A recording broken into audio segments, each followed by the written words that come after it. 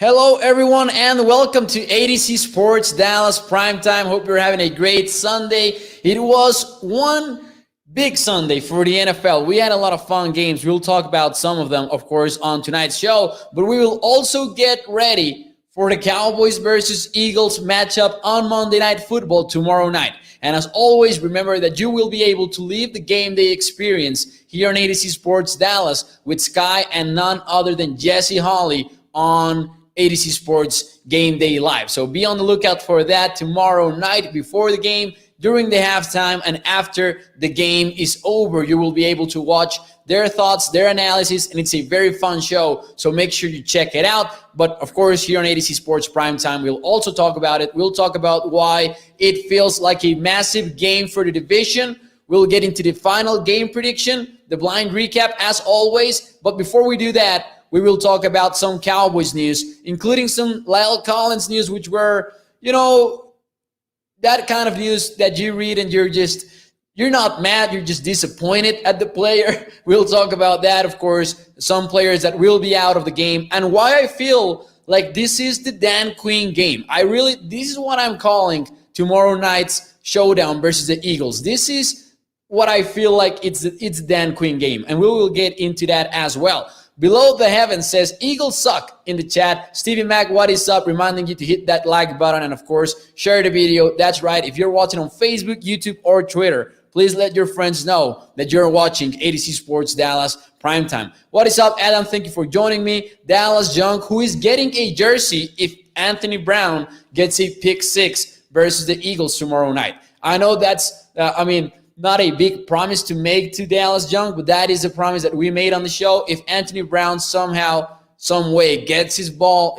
hands in the ball and then returns it for a pick six, we will give Dallas Junk a jersey. What is up, John Jones? Thank you for joining the show as well. Brandon as well. What is up? If Green Bay covers tonight, I win $780. No, that's not a promise that we had to make that we made here on the show. So let's start the show officially. Welcome to ADC Sports Dallas Primetime. I'm Mauricio Rodriguez, streaming with you live Sunday through Thursday night at 8 p.m. Central Time. We always have a lot of fun. Of course, tomorrow night, I will not be here because you will be having the game day experience with Jesse Hawley and, of course, Sky Walker Steele. So be on the lookout for that stream as well. And I will see you Tuesday night after this show, of course. So some Cowboys news, some thoughts on the Eagles-Cowboys game.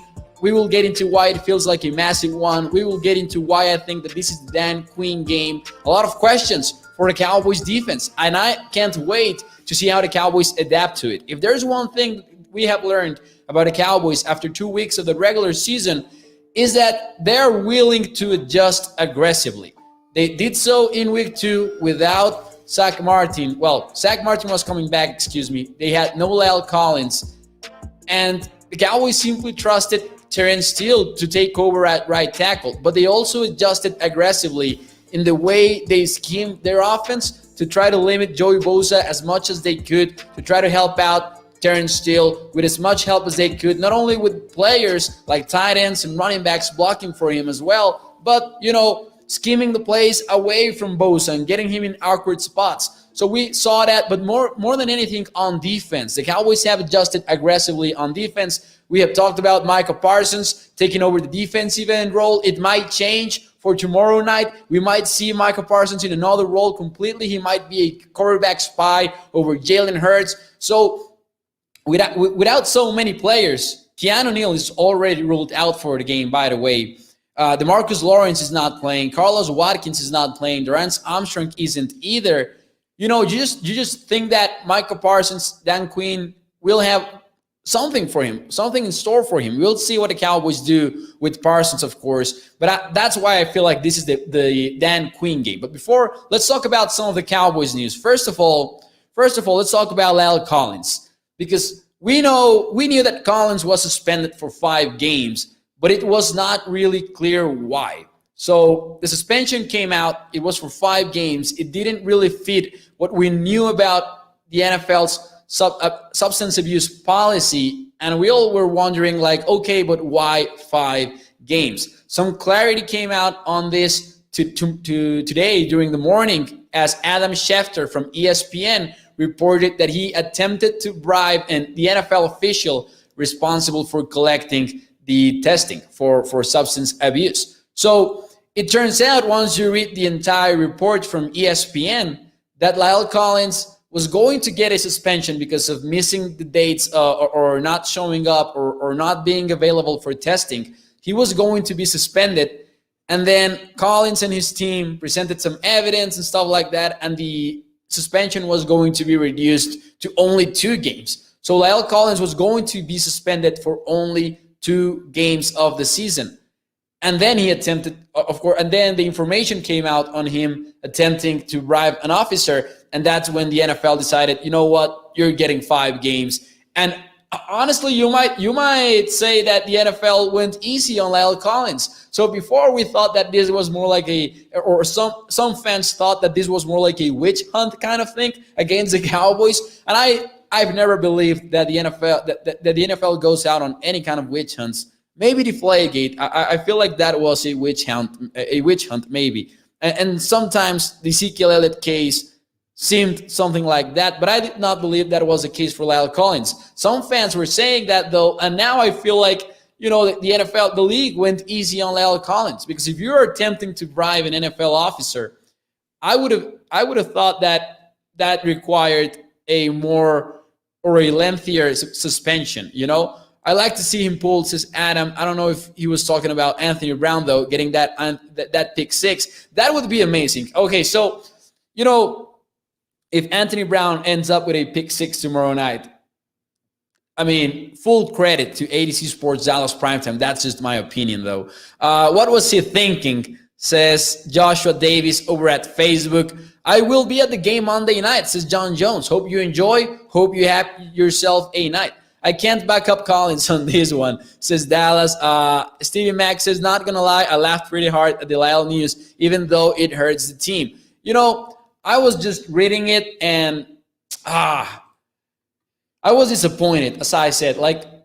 Not even mad. Why are you attempting to bribe an NFL official? This is not I don't even know what was La'el thinking. You're not probably going to be able to bribe him as he works for the NFL. It really just doesn't make sense. It's like Roderick says in the chat, just plain stupid. I'm trying to come up with a way that this makes sense, and it simply does not. La'el Collins made a terrible mistake. Of course, it was just poor judgment, as D-Town says in the chat. I agree. That was poor judgment from La'el, and hopefully he learns from this experience. It's honestly just unfortunate for the Dallas Cowboys to miss La'el Collins because of this in specific.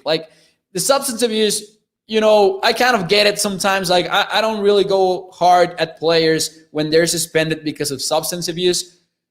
I kind of go hard at them when they say I didn't know that this substance was on this maybe supplement that I eat for my routines and things like that. But my opinion on this, and I might be wrong though, but my opinion on this has always been, how can you not check with the team doctor everything that you're putting into your body? How do you not check, right? Now, this is different because this is not a PED kind of suspension. So, but I've always kind of understood the players and maybe agreed with those people that think that the NFL's policy on a lot of, for example, on marijuana should be softened. I understand all of that, but actually attempting to bribe an NFL official, to me, does not make any kind of sense. So the suspension will continue. La'el Collins did make an appeal, but according to the ESPN report, there's not really any kind of optimism that the appeal will work for La'el Collins. So we will just have to wait to watch him back on that lineup.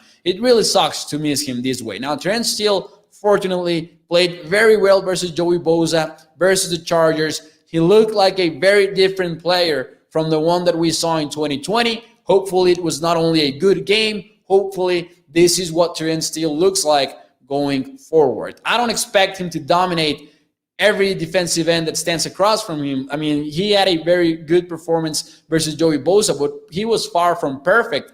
But his play speed, the thing that I liked the most about Trent Steele was his play speed. He was he was faster than Joey to get into his position in order to pass protect. I like that a lot about Terrence Steele. Hopefully we continue to see more of that during the Cowboys games, as he has 4 remaining games before Collins comes back.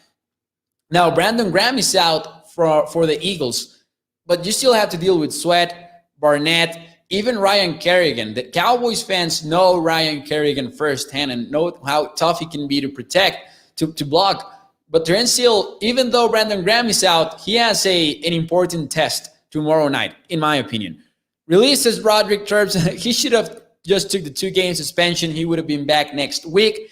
Definitely. The one positive is Lyle will cost less money next year, says Stevie Mack, or it's easier to cut him if they wanted to. Yeah, exactly. That is a good point from Stevie Mack, and I don't see the Cowboys being interested in letting Lyle Collins go next year. However, if anything comes up, Lyle's guaranteed money for 2022 is no longer guaranteed because of the suspension, because that is one of the clauses in the contract.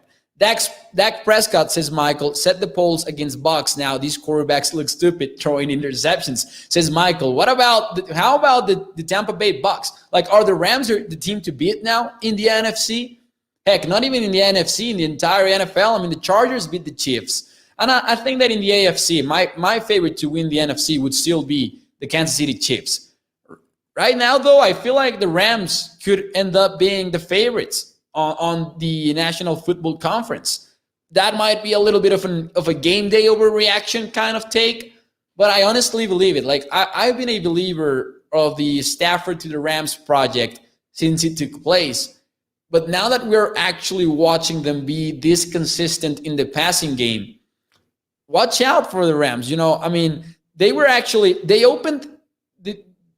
Rams opened as favorites versus the Bucs before the public money shifted the line towards Tampa. So the odds makers kind of saw this coming, this win from the Rams over Tampa. And I'm very interested in watching them in the NFL playoffs, because I believe the Rams can be the team to beat in the NFC. Blame Lyle Collins for a dumb thing, says Lunatic, and also blame his Lyle Collins team for requesting it go to arbitration, where 2 games went to 5 games.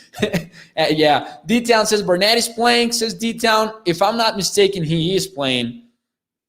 Let me know if I am, though, because he was dealing with something, if I'm not mistaken. But I think he has not been ruled out.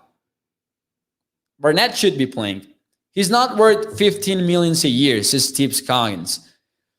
I don't know how to feel about that, because I know that a lot of people complained when Lyle Collins got paid because of him being a right tackle. But I think that in today's NFL, your right tackle is just as important as your left tackle. He's not protecting the blind side, but he's facing some of the best pass rushers in the NFL, even though he's not in the blind side. So I kind of feel like he might be worth the $15 million a year. Once Lyle Collins got here with the Cowboys and made a move to right tackle, what was it, in 2019, when he played in 2019, I think that was the season in which he proved to be one of the best tackles in the NFL on the right side. Oh, I'm talking about 6, says Stevie Scoggins. All right, you're talking about, that I agree, though. That I kind of agree. Not because of Ezekiel Elliott. Oh, I see the comment now. So Steve had commented before that the Cowboys need to trade Zeke because he's a bum now. Now, I don't agree with him being a bum. I agree with the not paying the running backs. I mean, I am sort of on the side of the arguments that every team that has paid their top running back has basically regretted it, has basically seen their production decline, or has found out the hard way that you need the offensive line to groom out this great running game. So that's where I stand with the running back talk. However, if we are putting the contract aside and the money talk aside, Ezekiel Elliott is still the best running back in this team, in my opinion. And we have talked about this a lot during this week on Z Sports Primetime. Tony Pollard is just more explosive. And the Cowboys need to balance things out and say, all right, do I prefer to have the best overall running back on the lineup, or do I prefer to give the ball to Tony Pollard because he is more of a home run kind of threat? And I think that there would be nothing wrong with deciding to make Pollard, the guy at the position. But I think that Zeke is really good still. And I think that the Tony Pollard talk has made some forget about that. But right now, I think that Zeke is your best running back on the team. The tackle money will just keep going up and up since D-Town. I agree. Man, the money right now in the NFL is kind of crazy. So TJ Watt got the money that he got, close to $30 million per year. And it's crazy to me to think that a few years ago when Jimmy G, for example, got paid, like that was the kind of money quarterbacks were getting a few years ago, and now it's defensive end or edge rusher kind of money. Having a tequila shot for Maurice tonight, says Marvel, that is the way to go. Definitely. If you want to use me as an excuse, please do. Feel free to do so and get that tequila shot. No tequila shot for me tonight, though. No tequila shot for me tonight because I will be driving later. Joshua says, have you heard a linebacker trade with Raiders? Seen something about that? I've seen some speculation on social media. However, I have not seen any kind of feasible, believable report. I have not seen anything like that. But I've seen some people making those kind of rumors. I don't know that the Cowboys want to get involved in that, though. I mean, the Cowboys do have depth at linebacker, but do you want to get rid of any of these guys? I don't think you do. And maybe you want, some people will say like, hey, let's get rid of Jalen Smith. Let's get something in return. And I might not understand that, but I don't think that you're getting a lot in return for a linebacker like Jalen Smith. I have not seen anything, believable or things like that at linebacker. Big Mo would get carded if he tries a tequila shot. Lunatic, I'm going to tell you something, though. You're wrong there. I can't handle it, man. Don't worry about me. Don't worry about me. Six blocking is so good, though. Running back blocking is such an important part of their game that goes underappreciated, says Loopy. And that is 100% right. Do you think they tag Gallup or Pollard this offseason? Asks Loopy in the chat. That is a big question for me. I don't think they tag Pollard. I think that would be actually kind of a mistake. I like Tony Pollard. I like him a lot. But if you're going to give him big money, if you're going to pay him, you might be making just the same mistake that you did when paying Zeke. Because you're falling again into that trap of paying a running back top dollar when we're learning across the entire NFL that there are a lot of running backs out there, and committing a huge portion of the salary cap to a running back. And if we're talking about Pollard, to two running backs, because it's unlikely that the Cowboys move on from Ezekiel Elliott next year, I don't think that would make a lot of sense. So I think that they will not tag Tony Pollard. With Gallup, I think about it, and I think it's possible, but it's a lot of money as well for Michael Gallup. Like guaranteeing him that much money when you have Amari Cooper, CeeDee Lamb, and you want to get some other players to stay, and you're in a tight situation at the salary cap, I think it's kind of unlikely. That's how I feel right now. I feel like it's unlikely that the Cowboys tag any of these players. Is there a Stephon Gilmore trade from New England in the horizon, says Asmodeus? I don't think so.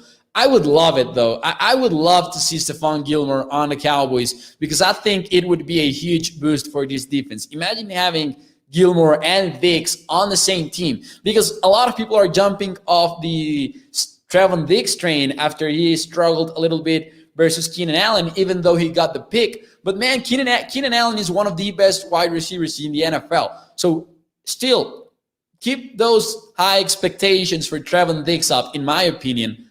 That would be a game changer for the Cowboys defense. I don't know if they will actually do so, but yeah.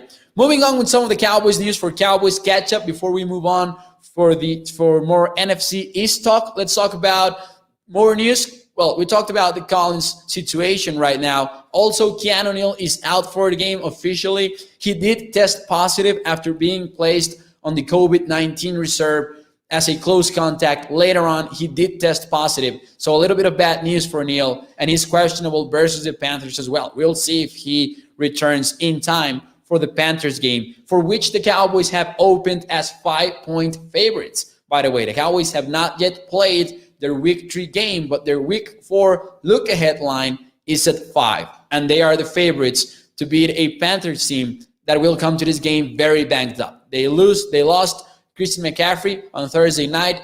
DJ Moore suffered an injury. Just a lot of things going on in Carolina, and it sucks for them. Now, Cooper was a full participant, and now he carries no game status designation on the injury report, which basically means Amari Cooper is starting. It turns out the cracked rib, it's already kind of confirmed. The cracked rib that he suffered came in week 1 versus Tampa. And we talked about Bobby Belt tweeting about this last week, and it turns out it is true. So Cooper got hurt versus Tampa, and then he played week 2, maybe got a little bit worsened, and now he's playing in week 3 injured. Now, we're used to Amari Cooper playing through injury, and I think that we will see him maybe not at 100%, but he will be productive, in my opinion, versus the Eagles. So, a lot of things going on for the Cowboys. Pollard will be the spark in the offense to get the win tomorrow night, says Marvel. Jabril Cox opportunity wide open, says Clay Cup. Looking forward to this. Looking forward to seeing if Dan Quinn will play Cox a little bit more, because if you're playing Micah Parsons at defensive end, you need more linebackers. So the Cowboys might be confident in Leighton Vander Esch, in Jalen Smith playing at linebacker while Parsons is over at defensive end. But we might see a lot of different things. And even Parsons, I think, we could see him even as a quarterback spy. I'm not sure if I'm a big fan of this. I know that Parsons would perform very well in this role. I am very confident that if the Cowboys decide to put number 11 on Jalen Hurts to keep him from doing damage with his legs, I think Parsons would thrive at this role. However, we need someone rushing the passer, and you might not get that from anyone else other than Parsons himself, unless you trust Darrell Basham or Chauncey Golston in what would be his debut game. A lot of interesting possibilities for the Cowboys. And again, this is the Dan Quinn game, in my opinion, because you might also see Dan Quinn get creative like Mike Nolan did and have a defensive back as your quarterback spy, especially since the Cowboys have found out that it turns out they have depth at safety, and that safety is kind of a strength for this Cowboys football team. Hopefully whole team will sparkle tomorrow, says Stevie Mack says, I think Gilmore is still on the reserve list until week 7. Of course, that would make things even more interesting with the deadline being on week 8. The over-under for Monday night is 51.5. Mostly Dallas, in my opinion, says Lunatic. I'm not sure I love that number, to be honest with you. 51.5 seems a little bit high, in my opinion. They might get there, and actually my final score prediction gets there. I'm not sure if I would bet the over, though.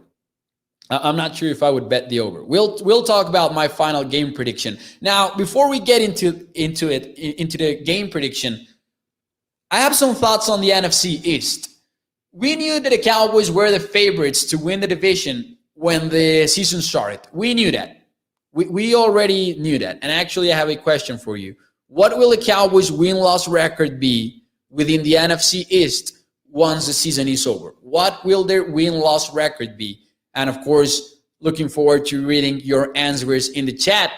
But also, make sure you hit that like button. And of course, share the show if you're watching on Facebook, YouTube, or Twitter.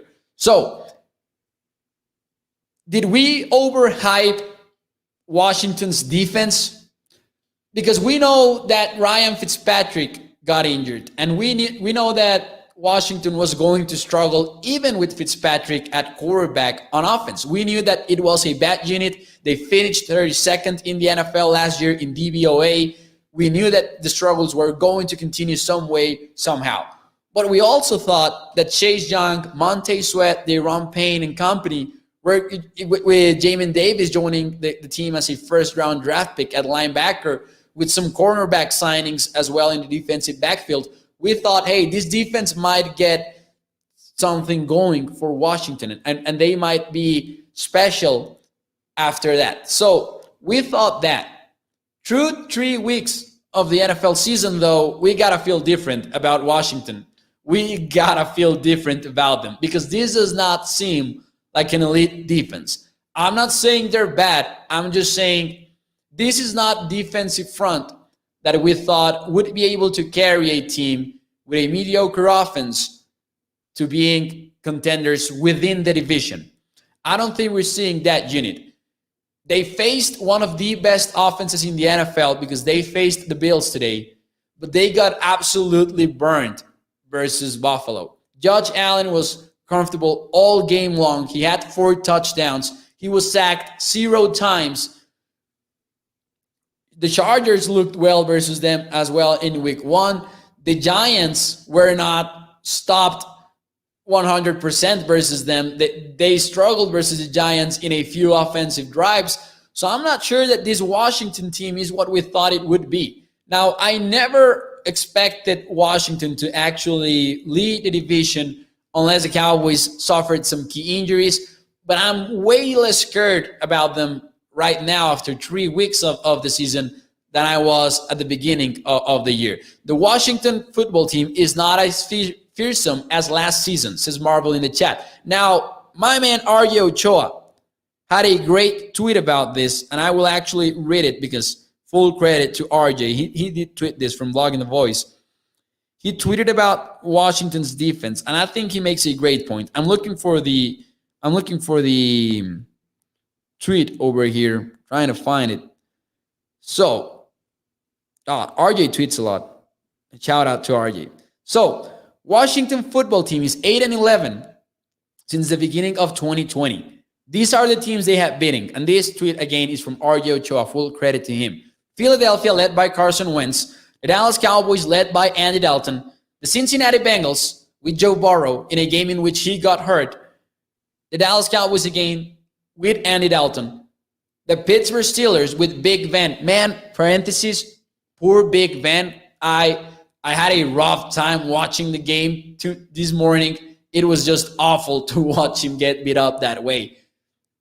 I'm sorry for Big Ben. I really do. I really am. San Francisco with Nick Mullins. These are the teams that Washington beat. Philadelphia with Hurts when Philly threw it. You know that game. We had a lot of fun watching that game, by the way. The New York Giants, led by Daniel Jones. And then RJ goes on to say, the national media hyped up Washington football team all offseason long while simultaneously saying that the NFC East is trash, which is largely true. Of the 8 wins that Washington has under Ron Rivera, 5 are against the NFC East. We overhyped Washington. So if Washington is not a rival within the NFC East, we don't even have to get into the New York Giants because the New York Giants are definitely not it. They lost versus the Falcons today. It was a bad showing overall, and I really think that the Giants have a very bad situation in the trenches. I don't think they have a solid offensive line. I don't think they have a solid defensive line. Now, some teams can overcome this adversity. Some teams can go out there with a weak offensive line and still find a way to put points on the board and score and win football games. Some teams can do that. I think it's hard to do so, though, when your quarterback is Daniel Jones and your play caller is Jason Garrett. I'm not saying that Jones is playing bad football. I'm not even saying that because I think that he has done a good job in limiting the turnovers. I'm saying that Jones and Garrett is not the couple, is not the quarterback head coach duo that is going to be able to compensate for a poor offensive line and injured playmakers because they have a lot of injuries at skill position players. So the Giants are definitely not it. We have ruled out the Giants in Washington, and the only team that we're left wondering about is the Philadelphia Eagles as to who could rival the Cowboys within the NFC East. There's no better way to find out how things will actually look like than having a game between the two, and that's what's going to happen tomorrow night. Cowboys Eagles on Monday Night Football. This might be the only rival for the Cowboys in the NFC East. And that is why, in my opinion, this game is massive for the NFC East. I think, honestly, that the Cowboys have little excuse to not end this season as division winners because they have an elite offense. And that is something that no other team in the division can say about any of its units. We thought that Washington was going to be able to say that about its defense. After 3 weeks, I think that we have found out that is not the case. The Cowboys are the only team in the NFC East with an elite unit. I think that's what makes them the favorites to win the NFC East very clearly. And when I put out that question on the Cowboys record in the NFC East at the end of the year, I'm very tempted to say 6-0, but I just don't want to jinx the Dallas Cowboys. So I will go with what, in my opinion, is a more conservative answer, which is 5-1. I honestly cannot do 4-2 unless there are key injuries to the Dallas Cowboys as the season goes on. Maybe I would be able to say 4-2 because of the defense, but I will go with 5-1. I will go with the optimistic approach to this question. D-Town says 6-0. We're sweeping the NFC East hands down, says Lunatic. STXGE says, I really would put Jordan Lewis to spy Hurts and put Kennedy at slot. I like that idea. I don't see the Cowboys doing that, but I like that idea. I would not be against it. I think Dallas will beat the Giants, says Kenneth. I think so as well. Giants going 0-5, says Skeptical Fan. They might. They really might. 5-1, says Dallas Junk. Marvel says, I'm predicting a sweep of the NFC East. Stevie Mack going with 5-1. Dallas Junk saying Washington football team defense is overrated. What is up with playing AV, says Clay Cup. Casual fans even know that he sucks. Throw Kennedy or the young cornerback to the fire. They can do worse than Brown, says Clay Cup. And that is one of the questions that I've seen a lot of people ask themselves. And I agree. I agree with that question. I will just say that, it might be a little bit worse. Maurice Kennedy's best play came in the slot, and that is maybe why the Cowboys do not want to try Kennedy on the outside of the field.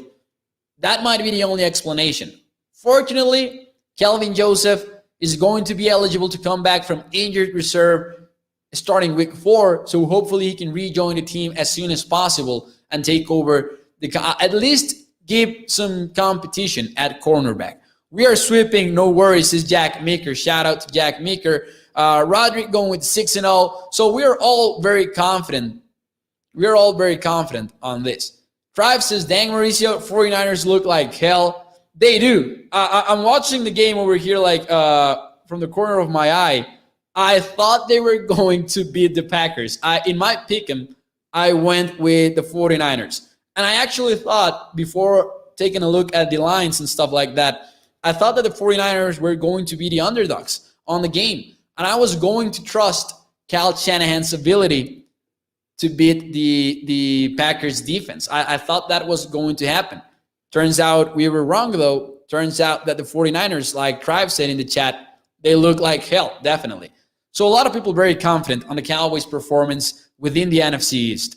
Panthers without McCaffrey, says Jack, are not going to challenge us either. Very confident on the Cowboys over the Panthers. Their defense has been low-key good, though. Let's give them some credit. But then again, let's take a look at the teams that they have faced, right? They have faced the Saints, who got a big win versus the Patriots today as well. So a lot of things going on over there. Oh, and just as we start criticizing the 49ers, they get a big return on special teams. And they ran it back to the Packers territory. So Jimmy G on a big spot with 1 minute left in the first half. Jimmy G doing Jimmy G things tonight, says Lunatic. Trey Lance will be starting in a week or two. I think they will be a little bit more patient, if I'm being honest with you. I think they will find a way to be more patient and not play Jimmy G. By the way, Justin Fields, ouch. Justin Fields, hey, we owe Matt Nagy half an apology. I refuse to give him a full apology because he's making some bad decisions and his offense looks terrible.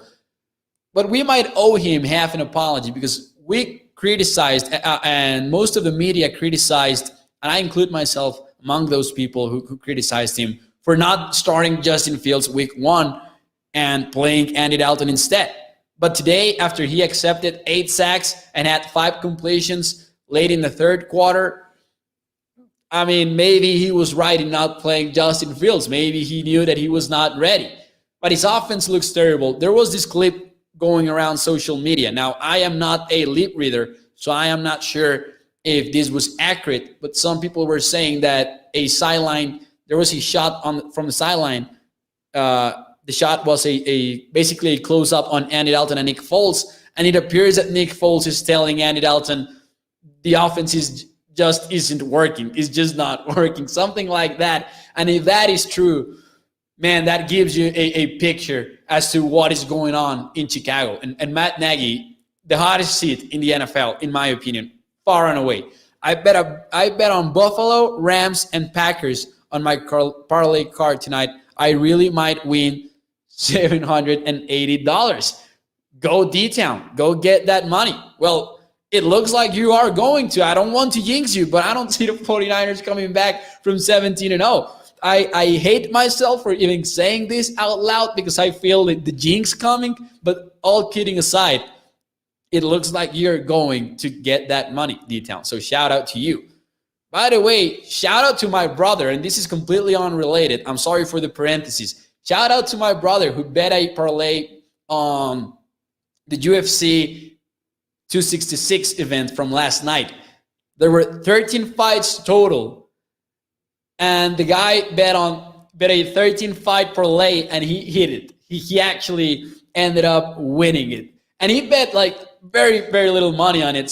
But he did end up winning big. So that was awesome from him. Buy us all montados and drinks if you do, D-Town, says Stevie Mack. I agree with these conditions. As host of ADC Sports Dallas Primetime, I actually will rule that this is the way things will go. Everyone who likes this video is going to get a montado and a drink if D-Town ends up cashing in his parlay. I probably just jinxed myself, says D-Town. Yeah, honestly, San Francisco's collapse is imminent after what we're seeing right now. So I think that the Cowboys will likely go 5-1, something like that in the NFC East. And I know that sounds optimistic maybe, but that is truly how I feel. So before we go on tonight's show, before we know what's Montado, says Dallas Young. If you missed that episode, Montados is one of my favorite Mexican foods, and it's very specific to the north. So I'm from Chihuahua. I'm about 4 hours away from El Paso, Texas. And montados are very popular here. And I actually tweeted out on Mau NFL a while back a video of me eating a montado if you want to check that out, because I wanted to show you guys, the primetime audience, what it was like. So here is look at D-Town reversing the jinx and sharing part of his winnings, his future imminent winnings. Thank you, D-Town, for your comment and for the donation. Shout out, D-Town, as always. But having said all of that, it is time for the prediction. And as always, you know that here on ADC Sports Dallas Primetime, we do it with a blind recap fashion. So let's recap the show. Let's recap the game, without actually watching the game first. Here we go. The Dallas Cowboys took an early lead to the locker room in halftime. They were up 17-9. They imposed themselves early to the Philadelphia Eagles. And it was not a shootout, but the Cowboys offense was dominant from start to finish. Cooper ended the night with 13 catches, even though he was injured. Even though he came into this game injured, he ended up dominating the Eagles defensive backs for 105 yards. He scored 1 touchdown. And even though Tony Pollard was the talk all week long among Cowboys fans, this was Ezekiel Elliott's game. He got past the 100 rushing yards number. He got 2 touchdowns from the red zone. And Dan Quinn surprised us all by putting Michael Parsons as a QB spy on Jalen Hurts. But nothing was more impressive than Michael Parsons' first pick of his NFL career that he got in a flat. He was not able to take it back for a pick 6, but big play in a big moment for Michael Parsons. Cowboys, 30 points. Philadelphia Eagles, 23 points. That is a final prediction here on ADC Sports Dallas Primetime for tomorrow night's game. It will be a fun one, in my opinion. And I think that it will not be very close. I think that the Cowboys cover. We talked about this on Thursday's episode on our weekly segment of betting the Cowboys. This week's bet is Cowboys minus 3.5, minus 105. Odds be at DraftKings. We are 1-1 for the season. So we're going with the Cowboys. I'm not very confident betting these kind of lines with that uncomfortable half a point, but I think that the Cowboys will end up winning by close to a touchdown. They're 30-23 is my final prediction. So before I leave you, some comments that I wanted to get to. Lyle Collins needs to Google the Wizinator and avoid any more alleged bribes to Lunatic. Golston okaying treat tech tomorrow. Just watch. I would love this if it happens. I would love to see Golston play the treat technique. Even though I would also like to see Osa as your treat technique. I'm not sure who else can play one tech though without Carlos Watkins. This is Dan Quinn's game again. Really looking forward to what I'm looking forward to watching the most tomorrow night is how the defense will line up. And I think that it will change a lot as the game goes on. Very, very interested in that. That is what intrigues me the most about this game. Joshua says, I tried to look you up, couldn't find you. I will type in my Twitter handle for those of you who have not followed me. It is Mau NFL. So it's MAU NFL. How do you feel with Micah on defensive end position? Viva Delicious Chihuahua, says Cowboys Nation. And I think that he means Delicias Chihuahua, which is a city here in the state. I feel great about Micah Parsons. I feel great about Micah Parsons at defensive end. Once DeMarcus Lawrence gets back, though, I would like to see Parsons go back to his usual role at linebacker. Jimmy G makes, he had put the ball in Deebo Samuel's hands and he dropped it. Was it Deebo Samuel? I think it was Deebo Samuel. Excuse me if I'm wrong. But it's 2nd and goal for the 49ers. I feel good about Parsons at defensive end. I would like it if they, relieve him of those duties once Lawrence gets back. So some predictions here in the chat. Lunatic going with a 31-17 Cowboys, 31-13 Dallas, 27-20. Jack Meeker says Dallas, the lower score that we have seen so far, if I'm not mistaken. D-Town says that the Cowboys defense is going to shut out basically Jalen Hurts and on their offense. 38-7 Cowboys according to D-Town. Finally, Dak has come back to AT&T Stadium. Awesome. It feels great to do that. It feels great to have that happen in the Cowboys. Cowboys in their devotion will be 4-2, says Michael Alexander. Who will get more snaps, Kamara or Golston? I hope Golston.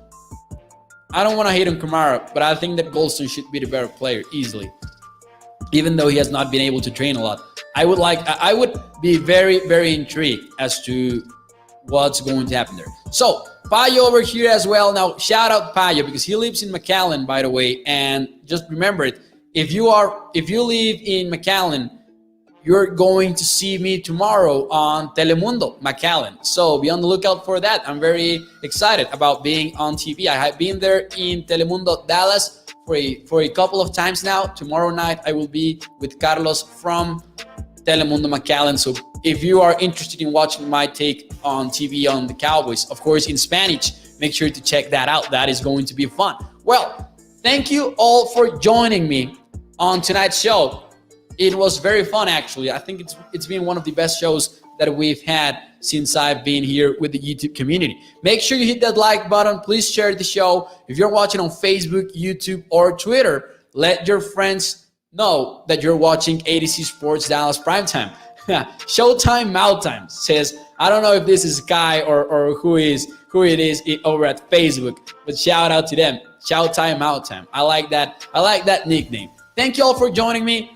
So I will see you on Tuesday night. Remember that you can catch Sky and Jesse Holly tomorrow on the Game Day Show, pre-game, halftime, and post-game. Check them out. If you're in the Dallas area, go visit them. They will be over there on Texas Live, streaming live from there. And honestly, the game day experience there looks awesome. So definitely go there, check that out. And of course, go check out adcsports.com/Dallas. I had an article on the NFC East tonight. I will have betting the Cowboys tomorrow morning. And of course, Cole Patterson, Shane Carter, they all do a tremendous job putting out great articles on the Dallas Cowboys. And once the Mavericks get going again, make sure you check out the Mavericks content as well. Thank you all. I will see you on Tuesday night. Enjoy game day. Check out Twitter at MauNFL, and hope you have a tremendous second half on the watching the Sunday night. Thank you. I will see you on Tuesday.